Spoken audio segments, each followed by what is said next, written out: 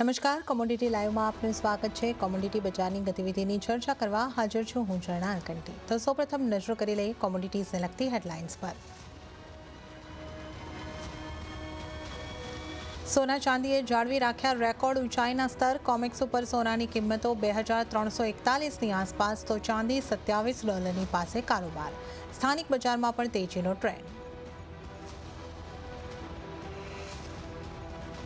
તો ક્રૂડમાં આવ્યું ઉપરના સ્તરેથી દબાણ। સતત બીજા દિવસે ક્રૂડમાં જોવા મળી વેચવાલી। $89 પાસે પહોંચ્યો બ્રેન્ટ તો નાઇમેક્સ $85 પાસે। તો બેઝ મેટલ્સનો મૂળ પણ બગડ્યો। LME પર કોપર પર જોવા મળ્યું પ્રોફિટ બુકિંગ તો સ્થાનિક બજારમાં મિશ્ર કારોબાર। ઝિંક અને લેડમાં આવી વેચવાલી। એગ્રી કોમોડિટીમાં મિશ્ર કારોબાર। કુંવાર પેકે જાળવી રાખી તેજી। મસાલા પેકમાં જીરા ધાણામાં આવી વેચવાલી। એરંડામાં સતત 2 દિવસમાં દબાણ યથાવત।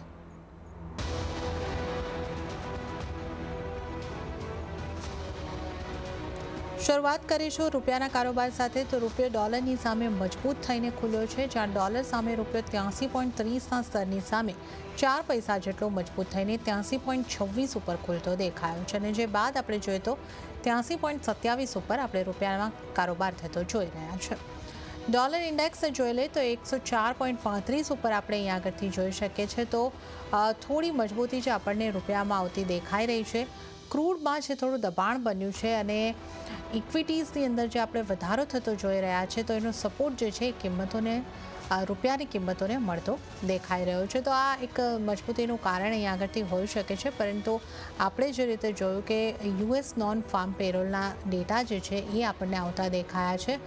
માર્ચમાં 3.3 લાખ લોકોને નોકરી મળતી દેખાય છે। એટલે આપણે જે ડેટાની અહીં આગળથી અનુમાન કર્યા હતા એના કરતાં ખૂબ સારા ડેટા અહીં આગળથી આવ્યા છે। તો એની ઇમ્પેક્ટ પણ આપણે ડોલર ઇન્ડેક્સની ઉપર પણ આવતી જોવા મળશે અને રૂપિયાની ઉપર પણ એની ઇમ્પેક્ટ આવશે। એની અંગે આપણે વધુ ચર્ચા કરીશું, પરંતુ આ ડેટાની જો આપણે અહીં આગળથી વાત કરી લઈએ તો 10 મહિનામાં સૌથી વધારે નોકરીઓ યુએસની અંદર મળતી દેખાઈ રહી છે। એટલે આની ઇમ્પેક્ટ સૌથી મોટી આપણે કઈ રીતે જોવાની છે, આ રીતના મજબૂત ડેટાને આપણે જોઈએ તો પછી ફેડ દ્વારા જે રેટ કટ છે એ જે આપણે જૂનની પણ સંભાવના બનતી જોઈ રહ્યા છે એ લગભગ હવે નકારવી પડશે। એ રીતના ડેટા આપણી સામે અહીં આગળથી આવતા દેખાઈ રહ્યા છે।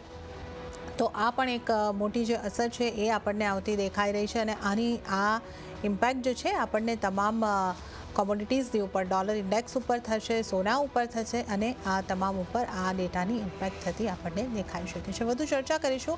ચર્ચામાં આપણી સાથે જોડાઈ ગયા છે કુંવરજી ગ્રુપના રવિ દેવરા।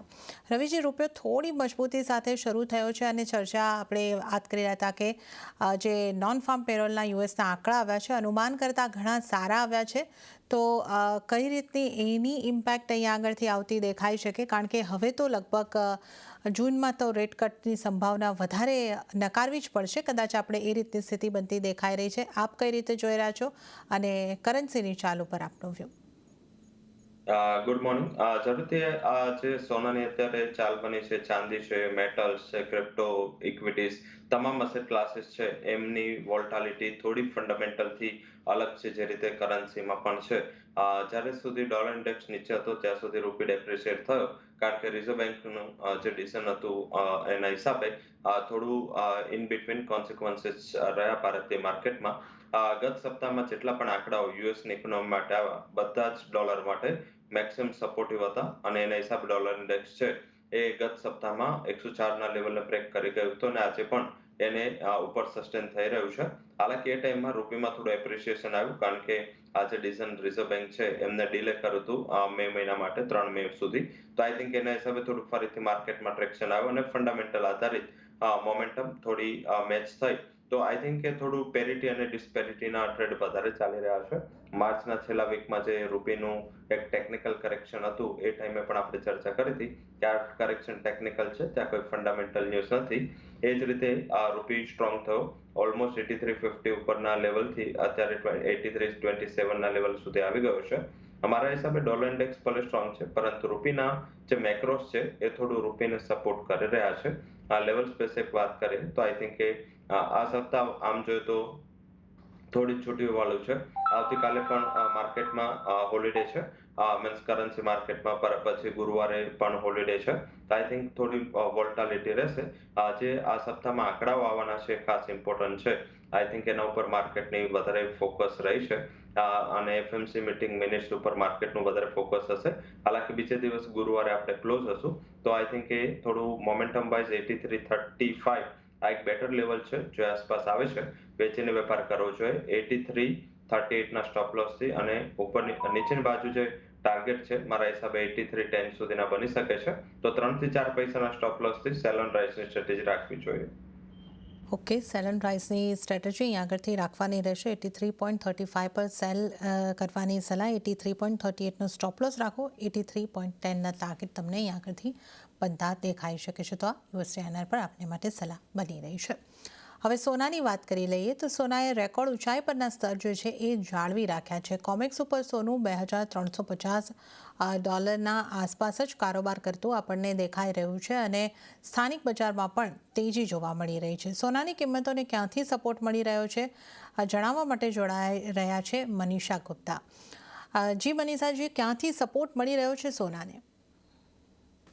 एक नया दिन और एक और नया ऑल टाइम हाई सोने में आज फिर से बनता हुआ नजर आया, जहां पर $2350 पर आउंस के आसपास के लेवल्स अब बनते हुए नजर आए हैं. मार्केट्स अभी भी बढ़ रहे हैं, इवन एज ये ओवर हीटेड हैं, चार्ट्स पे शायद ओवरबॉट भी हैं. इवन एज डॉलर इंडेक्स में यहाँ पर तेज़ी है. यूएस का non farm payroll data expectation से बहुत अच्छा आया. इन सब नेगेटिव्स के बावजूद भी मार्केट्स ने इन सब फैक्टर्स को इग्नोर किया है और हमने वन वे बाइंग यहाँ पर आते हुए देखी है. ऑब्वियसली प्राइसेस काफ़ी चढ़ चुके हैं, तो इस लेवल पे शायद ग्लोबल सेंट्रल बैंक्स भी इतना नहीं खरीद रहे हैं. ईटीएफ में भी कोई बहुत बड़ी वॉल्यूम यहाँ पर नहीं है, तो माना यही जा रहा है कि इन लेवल्स पे अब यहाँ पर पेपर गोल्ड बाइंग काफ़ी स्ट्रॉन्ग है. अगर आप ओटीसी के नंबर्स देखें वो अच्छे हैं ही, लेकिन फ्यूचर्स एंड ऑप्शंस के नंबर्स यहाँ पर काफ़ी स्ट्रॉन्ग हैं. स्पेकुलेटिव बाइंग यहाँ पर स्ट्रॉन्ग है. जिस तरह के मनी मैनेजर्स हैं, हेज फंड्स हैं, डीलर्स हैं, अब वो यहाँ पर बाइंग करते हुए नजर आ रहे हैं. और इसीलिए इवन एज काफ़ी सारे फैक्टर्स इतने सपोर्टिव नहीं हैं, उसके बावजूद हमने देखा है कि गोल्ड लगातार यहाँ पर चढ़ रहा है. इंडियन मार्केट्स की बात की जाए तो 71,000 रुपीज़ 10 ग्राम्स के लेवल्स अब हम यहाँ पर स्क्रीन पे आता हुआ देख चुके हैं. और अगर आप बाहर जाते हैं गोल्ड लेने तो इसमें जीएसटी और मेकिंग चार्जेस भी लगेंगे, तो गोल्ड प्राइसेस और भी ज़्यादा यहाँ पर आपको चार्ज होते हुए नजर आएंगे. अब बाजार का यहाँ से मानना है कि जो ये रैली है अब थोड़ी सी यहाँ से स्लो डाउन हो सकती है. प्रॉफिट टेकिंग दिखेगी तो शायद $100-150 की यहाँ पर आ सकती है, लेकिन अब बहुत बड़े हायर हाइज़ की 2500-2700 बहुत जल्दी आ जाएगा.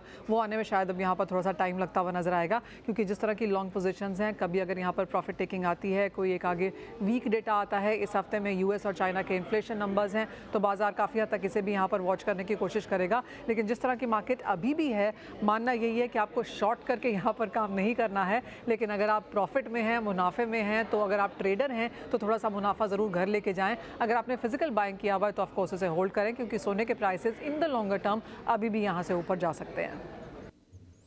जी मनीषा जी, इस पूरी जानकारी के लिए आपका धन्यवाद. ત્યારે જ આપણી સાથે રવિ દિયોરા પણ જોડાયેલા છે. રવિજી, સોના ઉપર હવે તમારો કઈ રીતનો વ્યૂ બની રહ્યો છે? આપની પણ સલાહ રહેશે કે હવે થોડું પ્રોફિટ ટેકિંગ કરી લેવું જોઈએ, કે કઈ રીતે તમે સોનાને જોઈ રહ્યા છો? જે રીતે આપે પણ જણાવ્યું, મનીષાજીએ પણ જણાવ્યું કે ફંડામેન્ટલ્સ અલગ છે, પણ સોના થોડી મજબૂતી તરફ જ ચાલી રહ્યું છે, તો કઈ રીતે આપનો વ્યૂ બની રહ્યો છે? જરૂરથી યુએસની જ્યારે ઇલેક્શન હોય છે અને યુએસના ઇલેક્શનને 6 થી 8 મહિનાની વાર હોય ત્યારે બહુ મોટું ફેક્ટર હોય છે લિક્વિડિટીનો ફ્લો.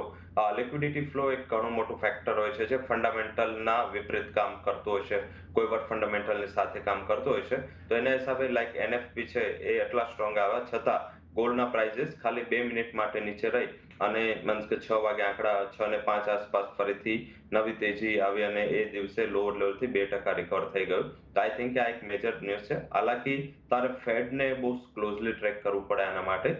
ફેડે જે લાસ્ટ પોલિસી મીટિંગ હતી એ રિવ્યુમાં એમને કીધું હતું કે એમના માટે ઇન્ફ્લેશન વધારે ઇમ્પોર્ટન્ટ છે, જોબ માર્કેટ સ્ટ્રોંગ છે, જોબ માર્કેટમાં એ લોકો આટલું મોટું ફોકસ નથી કરી રહ્યા.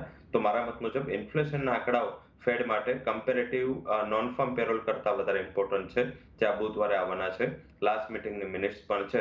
કદાચ જો રિવર્સલ આવી શકે, પ્રોફિટ બુકિંગ આવી શકે, તો એ બેઝ તમને બુધવારે રાત્રે ઇવનિંગમાં બનતો દેખાશે. ત્યાં સુધી કોઈ મેજર ડેટા નથી, એટલે કે અત્યારે જે ફંડામેન્ટલ્સ છે એનાથી વિપરીત કઈ અસર આવે એટલા કોઈ જલ્દીથી આંકડા આવવાના નથી. તો મારા હિસાબે 1-2 ટ્રેડિંગ સેશન થોડું ટ્રેક્શન રહેશે, કોઈ મોટા ટાર્ગેટ નહીં, પરંતુ એક ટ્રેડિંગ અપસાઇડ માટે હજી પણ એવું લાગી રહ્યું છે કે થોડું ખરીદી કરીને ચાલવું જોઈએ, વેચવું ના જોઈએ. લેવલ સ્પેસિફિક વાત કરીએ તો 70,700 આસપાસ ઘટાડે ખરીદીનો અપ્રોચ રાખો. Strict stop loss 70,340. ઉપરની બાજુ ટાર્ગેટ છે 71,200 સુધીના બનતા જોવા મળી શકે છે. ઓકે, તો અહીંયા આગળથી એક ખરીદારીની જ સલાહ બની રહી છે. 70,700ની આસપાસ તમે સોનામાં ખરીદારી કરીને ચાલી શકો છો. 70,340નો સ્ટોપ લોસ રાખો. 71,200ના ટાર્ગેટ તમને ફરી બનતા દેખાઈ શકે છે. તો સોનામાં ખરીદારી તરફ, થોડા ઘટાડે ખરીદારી તરફ રહેવાની સલાહ બનતી દેખાઈ રહી છે. તો હવે આપણે વાત કરી લઈએ ચાંદીની. તો સોનાને પગલે ચાંદીમાં પણ તેજી યથાવત છે. વૈશ્વિક બજારમાં ચાંદી $27 આસપાસ જ કારોબાર કરી રહી છે. સ્થાનિક બજારની ઉપર જો નજર કરી લઈએ તો સ્થાનિક બજારમાં પણ 81,736 એટલે કે 1% ઉપરની ખરીદારી સાથે જ કારોબાર થતો દેખાઈ રહ્યો છે. રવિજી, ચાંદીમાં પણ રેલી કન્ટિન્યુ થઈ રહી છે. અહીંયા આગળ આપની કઈ રીતની સલાહ રહેશે? આપણે જેટલા લાસ્ટ 3 થી 4 શોમાં વાત કરી એમાં મેં ક્લિયરલી કીધું હતું, જ્યારે ચાઇનાના આંકડાઓ પોઝિટિવ આવ્યા છે ગત રવિવારે, ત્યાર પછી ચાંદીનો આઉટ પરફોર્મન્સ ગોલ્ડને છે. આઈ થિંક એ થોડું ક્લિયર કટ મને એવું લાગી રહ્યું છે કે હજી પણ ચાંદીમાં કોઈ મોટી નકારાત્મકતા નથી. ગોલ્ડ નવા હાઈ પર છે, ઇક્વિટીઝ નવા હાઈ પર છે, અધર અસેટ ક્લાસીસ પણ નવા હાઈ પર છે. જ્યારે આઈ થિંક સિલ્વરમાં જે લેગ બાકી છે, આઈ થિંક મને એવું લાગી રહ્યું છે કે નિયર ટર્મમાં થોડી જો વોલ્ટાલિટી મળે તો એ બાઇંગની તક તરીકે જોવું જોઈએ. ગોલ્ડ કરતા સિલ્વર આઉટ પરફોર્મર છે. મેટલ્સનો પણ સારો સપોર્ટ છે. ફરીથી કોપર, એલ્યુમિનિયમ, ઝિંક જેવી મેટલ્સમાં રેકોર્ડ લેવલ પાસે પહોંચી ગયા છે. તો મારા મત મુજબ સિલ્વરમાં ખરીદી કરીને ચાલુ. 81,500 આસપાસ સપોર્ટ સ્ટ્રોંગ છે. એ આસપાસ ખરીદી કરો. સ્ટોપ લોસ 80,880નો રાખો અને 83,000ના ટાર્ગેટ માટે ત્યાં 1 થી 2 ટ્રેડિંગ સેશનનો આઉટલુક લઈ ખરીદારી કરીને વેપાર કરવો જોઈએ. ચાંદી માટે આપણે ખાસ જણાવી દઈએ કે ભારતમાં સ્થાનિક બજારમાં ચાંદી જે છે એ નવા રેકોર્ડ હાઈ પર, અને કોમેક્સની વાત કરીએ તો 3 વર્ષના હાઈ ઉપર ચાંદીની અંદર કારોબાર થતો દેખાઈ રહ્યો છે અને આઉટ પરફોર્મન્સની આશા આપણે રાખી રહ્યા છે. રવિજી આપણને આ અંગેની સમજ આપી છે. આગળ વધીશું. મેટલ્સની ચાર ઉપર પણ જો નજર કરી લઈએ તો બેઝ મેટલ્સમાં મિશ્ર કારોબાર અહીંયા આગળથી જોવા મળી રહ્યો છે, જ્યાં LME કોપરમાં આગળથી નફા વસૂલી આવતી ખાસ કરીને દેખાઈ રહી છે. અને કોપર અને એલ્યુમિનિયમમાં તેજી છે, તો ઝિંક અને લેડની અંદર થોડી વેચવાલી આવતી દેખાઈ રહી છે. પણ અત્યારે આપણે જે રીતની પરિસ્થિતિ અહીંયા આગળથી જોઈ રહ્યા છે સ્થાનિક બજારમાં, તમામ મેટલ્સમાં થોડો લાલ નિશાનની અંદર કારોબાર થતો દેખાઈ રહ્યો છે.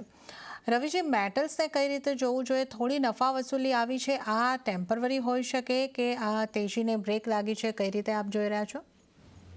થોડું મેટલ્સમાં કોમોડિટી સ્પેસિફિક છે, આઈ થિંક ઝિંક છે, ત્યાં મને એવું લાગી રહ્યું છે કે તેજીને બ્રેક લાગી ચૂકી છે.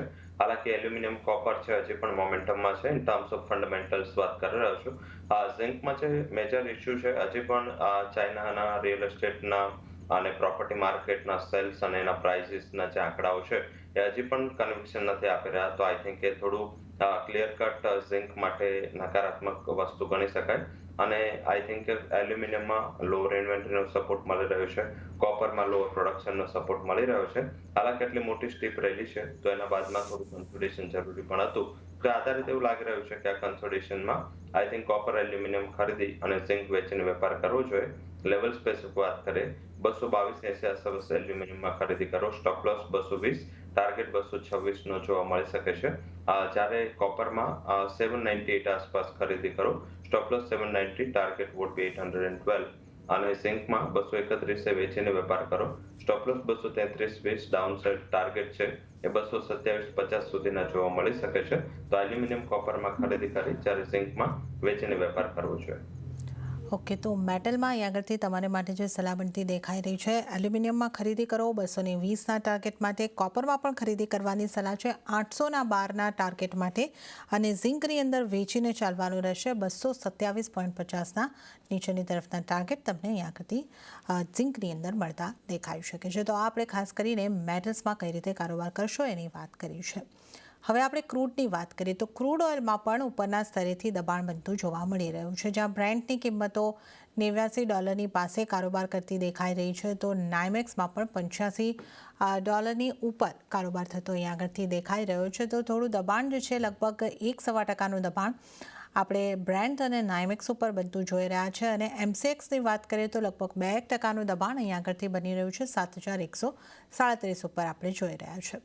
ઉલ્લેખનીય છે કે ભૌગોલિક તણાવની કિંમતોની ઉપર અસર પડતી હતી અને આપણે જે રીતે જોઈ રહ્યા છે કે ભૌગોલિક તણાવો જે છે એની અંદર થોડા આ જે તણાવો છે દૂર થાય, થોડી સમાધાન થાય એવા પ્રયાસો થતા દેખાઈ રહ્યા છે અને એની એક અસર હોઈ શકે છે. વધુ ચર્ચા કરીશું રવિજી સાથે. રવિજી, ક્રૂડની તેજીને આપણે જે રીતે જોઈ રહ્યા હતા અહીંયા આગળથી અટકતી હોય એવી સ્થિતિ લાગી રહી છે. ભૌગોલિક તણાવો જે સમાધાન થવાની ઈરાન ઇઝરાયલ વચ્ચે પ્રયાસો અહીંયા આગળથી થતા દેખાઈ રહ્યા છે, એની અસર છે કઈ રીતે તમે જોઈ રહ્યા છો?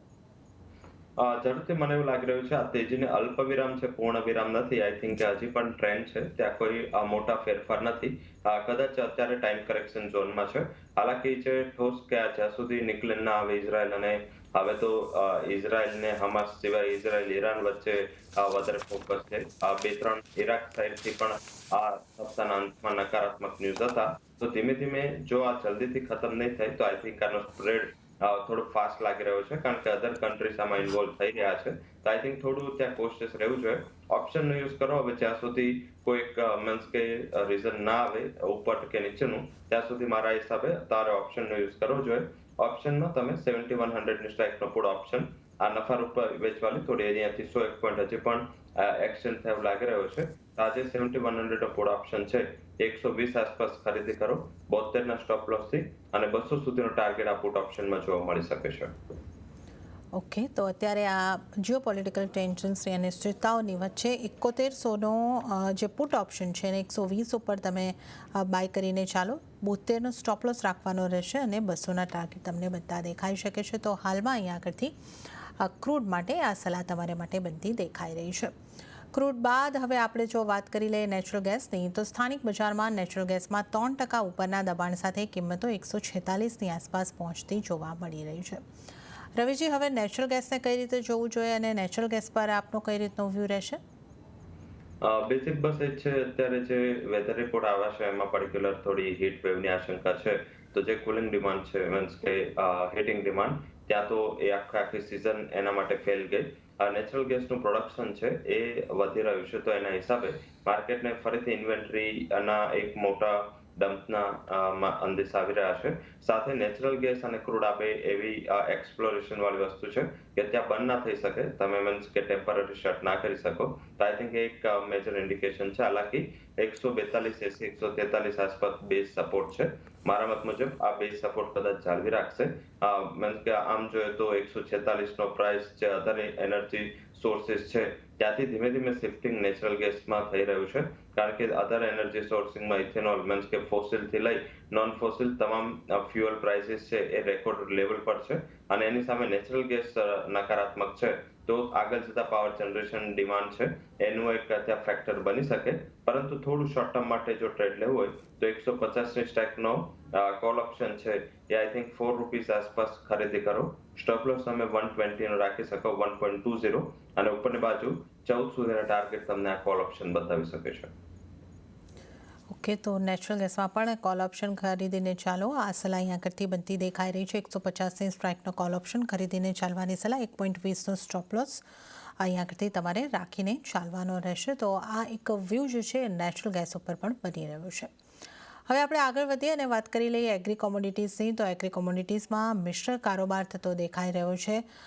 મસાલા પેકની જો અહીંયા આગળથી વાત કરીએ તો વેચવાલી તરફનો કારોબાર છે. જીરા, હળદર અને ધાણામાં આપણે જે રીતે જોઈ શકીએ છીએ, જીરામાં 1%નું દબાણ, હળદરમાં 5%ની આસપાસ અને ધાણામાં 0.5%નું દબાણ દેખાઈ રહ્યું છે. ગુવાર પેકમાં થોડી ખરીદારી દેખાઈ રહી છે. 5% કરતાં ઉપરની ખરીદારી ગુવાર પેકની અંદર છે.